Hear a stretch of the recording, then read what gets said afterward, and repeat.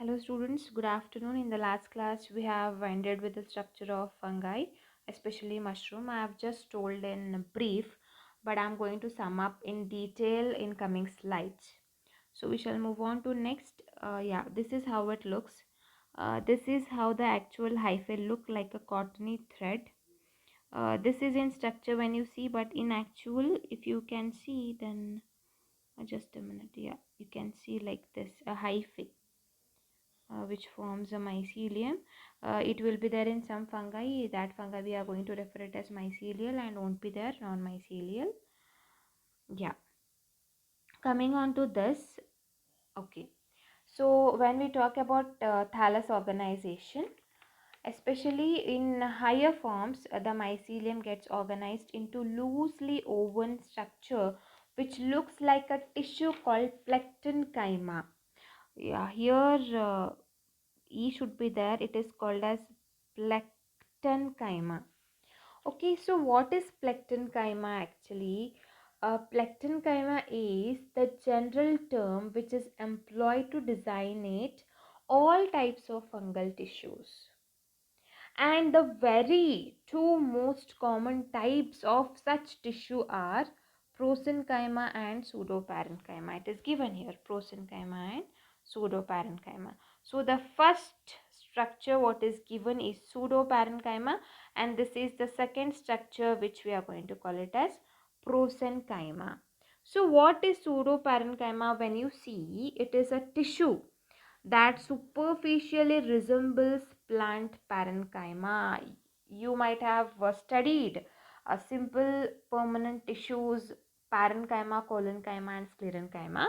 Whenever you see this pseudoparenchyma, you immediately remember a plant tissue, common plant tissue, a parenchyma. But it is made up of interwoven mass of hyphae, especially in fungi when we consider, or filaments when we consider algae. Okay, examples what we can quote for pseudoparenchyma is structures are the living fruiting bodies, mushrooms, toadstools, etc. of certain fungi, and thalli of red and brown algae can be quoted as an example for pseudoparenchyma. It is actually a tissue that superficially resembles the plant parenchyma, but it is made up of interwoven mass of hyphae or filamentous like structure. Okay, talking about prosenchyma, the second structure or the second picture, it is a type of fungal tissue in which the hyphae are loosely arranged and can be distinguished from each other. The tissues formed of elongated cell, you can see, you can make the difference between pseudoparenchyma and prosenchyma.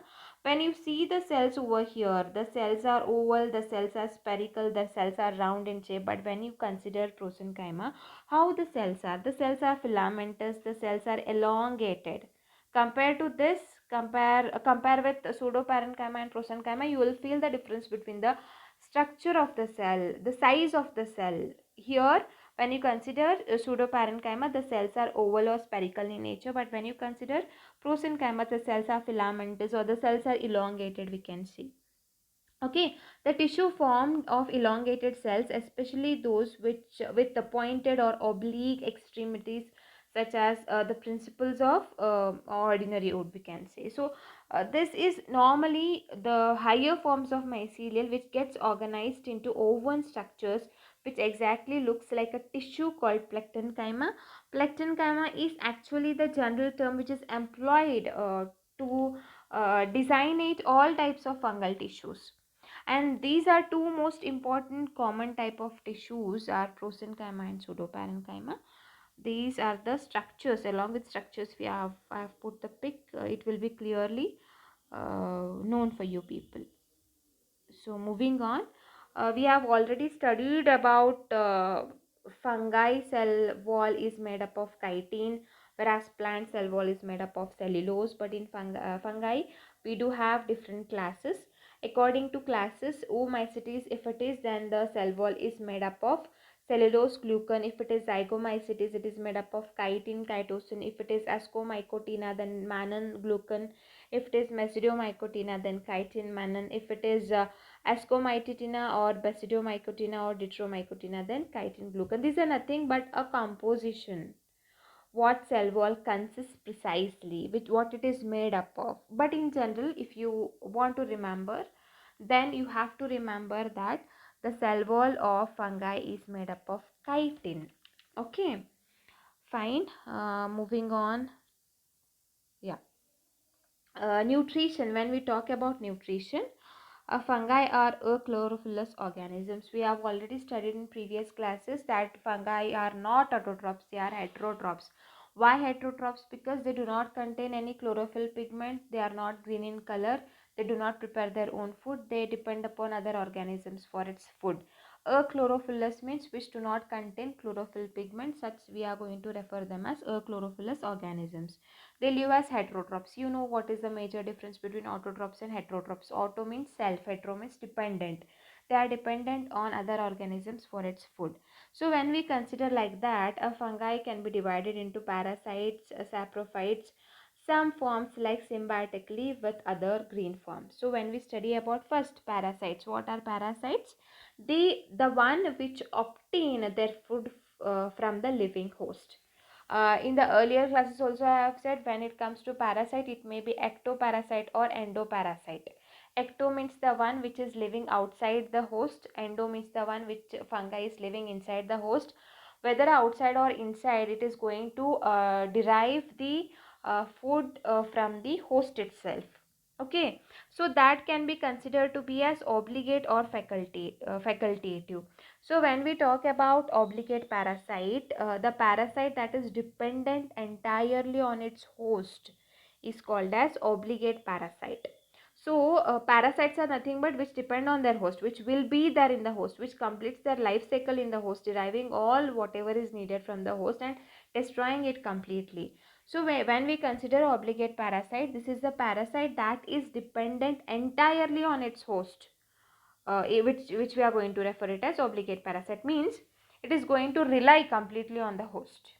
But what is facultative? The one which doesn't rely entirely, it relies for some extent, not completely. Such we are going to call it as facultative parasite. What is the major difference between obligate and facultative? Obligate, when we consider, it is a kind of the parasite that is dependent completely on the host, whereas facultative is the one which does not rely much, but it relies for some extent. We cannot say it doesn't rely only. Okay, so they are facultative and obligate. Obligate, when we take an example, it may be Olvigo and all. Facultative, when we quote example, it will be Armillaria examples. So yeah, here it is on the basis of the place of occurrence, means if they are occurring inside, it is called as ectoparasite. If it is occurring outside the host, it is called as uh, uh, ectoparasite. Inside is endo and outside is ectoparasite. Okay. Fungi may be saprophytes. What are saprophytes? They are the one which derive food from dead and decaying organic matter. Again, they are classified into obligate saprophytes and facultative saprophytes. Obligate saprophyte, when we talk, the obligate saprophyte remains saprophytic during its entire lifetime, while a facultative saprophyte is nothing but a parasite that has secondarily become saprophytic. Means saprophytic, we can give an example of molds, mushroom, yeast, penicillium and mucor. Facultative saprophyte is an organism that generally obtains nourishment from the living matter but can obtain nourishment even from the dead organic matter. Facultative is the one which obtains the food from living as well as from dead. What about obligate? It only depends upon the dead organic matter. This is a major difference. When we talk about facultative saprophyte, it is an organism that generally obtains nourishment from the living matter but also can obtain nourishment even from the dead organic matter. So these usually survive as a parasite but have the ability, they actually have the ability to live on dead and decaying organic matter under the right conditions. When right conditions are given, then they can also live, or they can also have or develop an ability to live on dead and decaying organic matter. Example for facultative we can give as Phytophthora infestans. And example for saprophytic, we can give molds, yeast, penicillium, mushrooms, and mucus for this. Okay, so moving on. Yeah. Symbionts. Some fungal establish symbiotic association with green or blue algae. This constitute lichens. Whenever you see the combination of algae and fungi, that structure we are going to call it as lichen. Lichen may be of three types: fruticose, it may be foliose, it may be crustose. Again, the structure differs. Again, the habitat differs. Again, where they grow differs. Everything differs. Again, they have numerous species in it. It also differs. So the algal component is photosynthetic and the fungal is reproductive. Fungal also establish a mutualistic relationship with the root of the plant, and this we are going to call it as mycorrhiza. So fungi acts as parasite. In parasite, again we have learned about obligate parasite and facultative parasite. It also will be as saprophyte. Again in saprophyte, obligate and facultative. What is parasite means? Parasite means the one which obtain their food from the living host, means it may be plant, it may be any other organism. Saprophyte means which derive food from the dead and decaying organic matter. It may be symbiont. Symbiont means which has a close association or symbiotic association with another organism. If an algae is having, if a fungi is having an association with algae, then we can see the structure called as lichen coming arise. Again, if the fungi forms a mutualistic association with the root of the plant, we are going to constitutively call it as mycorrhiza. Fine. So here we'll end the class, and in the next class, I hope everything is clear for you. This is dealt in a class. This is repetition class for you people. And then in the next class, we shall see about the reproduction in fungi. Okay. So thank you. We shall end the class over here.